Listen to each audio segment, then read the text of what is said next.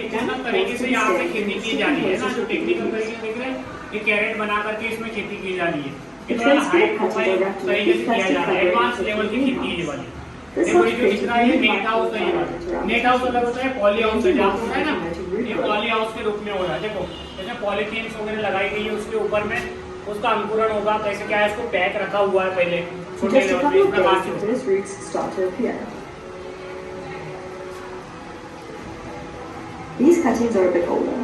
You can see how the roots have continued to grow and new sets of leaves have developed. At this stage, the plastic covering is removed to help the plastic plant plant with transpiration of growing greenhouse. एस्टेरेशियाई कुल है। बस हो गया। हाथ से तैयार किया ये जो खाद है कौन सा कोई तैयार कर रहे हैं ना, इसको बोलते हैं वर्मी कंपोस्ट। क्या बोलते हैं? वर्मी कंपोस्ट से तैयार किया, केचुआ खाद तैयार किया उसके, और उसके बाद में ये हो रही है ट्राइसिंटिकम के लिए, जो अपन पढ़ रहे हैं ना, ट्राइसिंटिकम गुलदाउदी जिसको बोला जाता है, फूलों के लिए उसके तैयार कर रही है। देखो हाथ लगाने से उसका हाथ भी जो है, देखो हाथ खराब हो जाएगा उनका, बताओ। जैसे अपन किसी मिट्टी को, गीली मिट्टी को नॉर्मली पकड़ो तो हाथ खराब हो जाता है ना हमारा, लेकिन आप अगर क्या बोलते हैं अपना वर्मी कंपोस्ट को जब पकड़ेंगे तो चाय पत्ती की जैसा बनाओ, समझेंगे नहीं, चाय पत्ती की तरह बनाओ। इधर से बागवानी का विषय है, तो हम लोग आपको बताने की कोशिश करें बागवानी विभिन्न प्रकार की। कौन कौन सी बागवानी बताया मैंने आप लोगों को, पढ़ाई आ रही थी, बता कौन कौन सी बागवानी का नाम बताया? तो फलों की खेती बताया, इसको क्या कहा जाता है फलों की खेती को? होमोलॉजी कहा जाता है क्या? होमोलॉजी कहा जाता है फलों की खेती को? और सब्जियों की खेती को ओलेरीकल्चर। और कौन सी खेती बताए? फूलों की खेती को क्या बोला जाता है? ओलेरीकल्चर। तो आज हम लोग आपको बताने आए हैं कि यहाँ पे जो है आम का जो बागान है, या आम की बागवानी कैसे होती है और क्या उसके महत्व है, और किस प्रकार से अपन आम की बागवानी लगाएंगे, उससे क्या बेनिफिट है। ठीक है, तो आप बेसिक सा एक क्वेश्चन अपन नॉर्मली पूछ लेते, जो भी रूम आउट कर दे। ठीक है, एक बेसिक सा क्वेश्चन आप लोगों को पूछते, आपके एरिया में कौन सी फसलें लगती है बताओ? मक्का लगती है, सोयाबीन लगती है, गेहूं लगती है। लेकिन अगर मान के चलिए आप एक दिन बूढ़े हो जाएंगे, लेकिन हर कोई इंसान बूढ़ा हुआ कि नहीं? आपका मृत्यु हो जाती है इंसान की, लेकिन एक दिन तो आना ही है सबकी। तो आप मुझे ये बताइए, अब एक नॉर्मल बात करते हैं अपन लोग, जब हम लोग अभी हमें क्षमता है कुछ करने की, ठीक है, हमें कैपेसिटी है, तब तक हम मक्का लगा सकते हैं, बराबर। लेकिन जिस दिन तुम्हारी कैपेसिटी खत्म हुई और तुम्हारे लड़के बच्चे हुए और उन्होंने तुमको धोखा दे दिया, तुमको अपने साथ बहुत सारी जगह देखते हुए अपने माँ बाप को निकाल के देख देते, लेकिन घर से निकाल देते, बाहर कर देते, तो माँ बाप करेंगे कभी? उस स्थिति में क्या करेंगे? ना जमीन रहेंगी ना घर रहेंगे, तो क्या करेंगे बताओ? और उनके पास में इतनी कैपेसिटी है क्या कि वो कुछ ऐसी जमीन जोत करके या खेती में काम करके पैसा कमा सके, है क्या? नहीं हो चुके 30-30 सेकंड की मात्रा है। तो आप बड़ा हो रहा है आम का पेड़, एक स्टेज पे आने के बाद में आम का पेड़ बड़ा होने के बाद में क्या स्थिति होगी कि आपको फल देना स्टार्ट कर देगा। चाहे आम की बात करें, चाहे कोई भी बात की बात करें, जो फल देने वाले पौधों की बात कर रहे हैं अभी, उनकी बात कर रहे हैं। ये बताओ, जब आपकी कैपेसिटी भी रहेगी, आप जब पूरे हो जाएंगे, तो यहाँ से तो क्या तोड़ना है आपको? आपको आराम से आम तोड़ने कोई भी मिल जाएगा, जबकि खेती करने कोई नहीं मिलेगा, मक्का काटने चल जाएगा कोई नहीं आएगा। लेकिन आप सवाल सकते हैं कि जिस प्रकार से ये बिहार के गेहूं में ये चाचा करने की थी, तो इनको कुछ लगाने की जरूरत है क्या? ट्रैक्टर जुताई की या खेती में मेहनत करने की जरूरत है क्या? सिर्फ इन्होंने आम का बीज लगाया, उसी से क्या कर रहे हैं?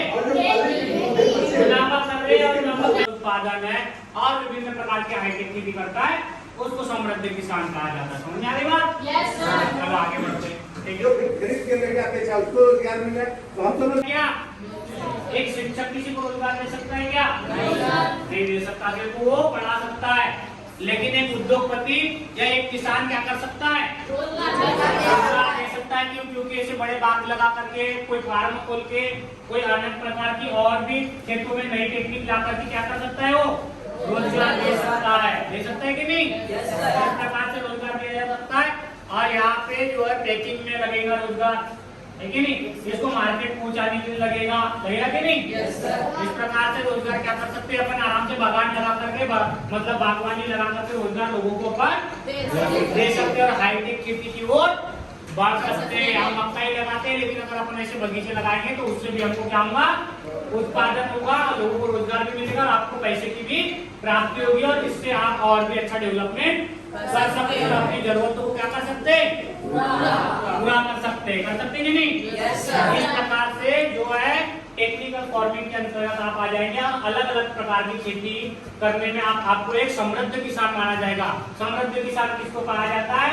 जो किसान एक ही खेती न लेकर के विभिन्न प्रकार की खेती एक वर्षों में अलग अलग खेती एक ही जमीन पर लेता है। या आगे में जो अपन यूरिया डीएपी या मानव अन्य प्रकार के जो अपन क्या डालेंगे, वर्मी कंपोस्ट वगैरह, उसके लिए लगेगा आप लोगों को रोजगार। फेंसिंग करने के लिए रोजगार लगेगा कि नहीं?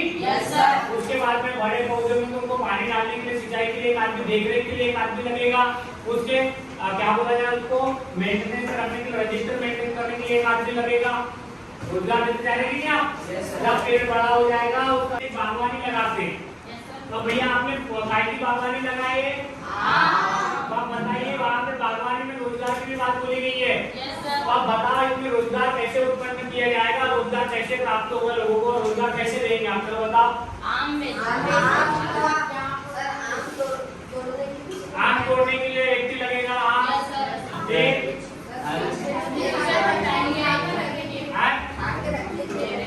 क्या खाते रखने के लिए तो हो गए, एक तो लग गया, आप ही बताओ।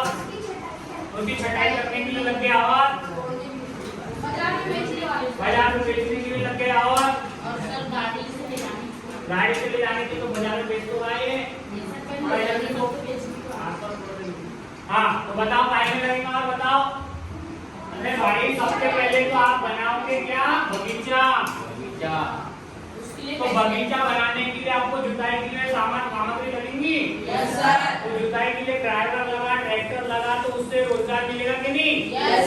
एक रोजगार वहाँ पे हो गया। फिर उसके बाद में पौधे लाने के लिए लगेगा आपको, सबसे पहले पूरा कर सकते हैं। ठीक है, समझ में आ रही बात? आगे देखते हैं। सच भी पड़ेगा, उनके बच्चे को पढ़ाना है।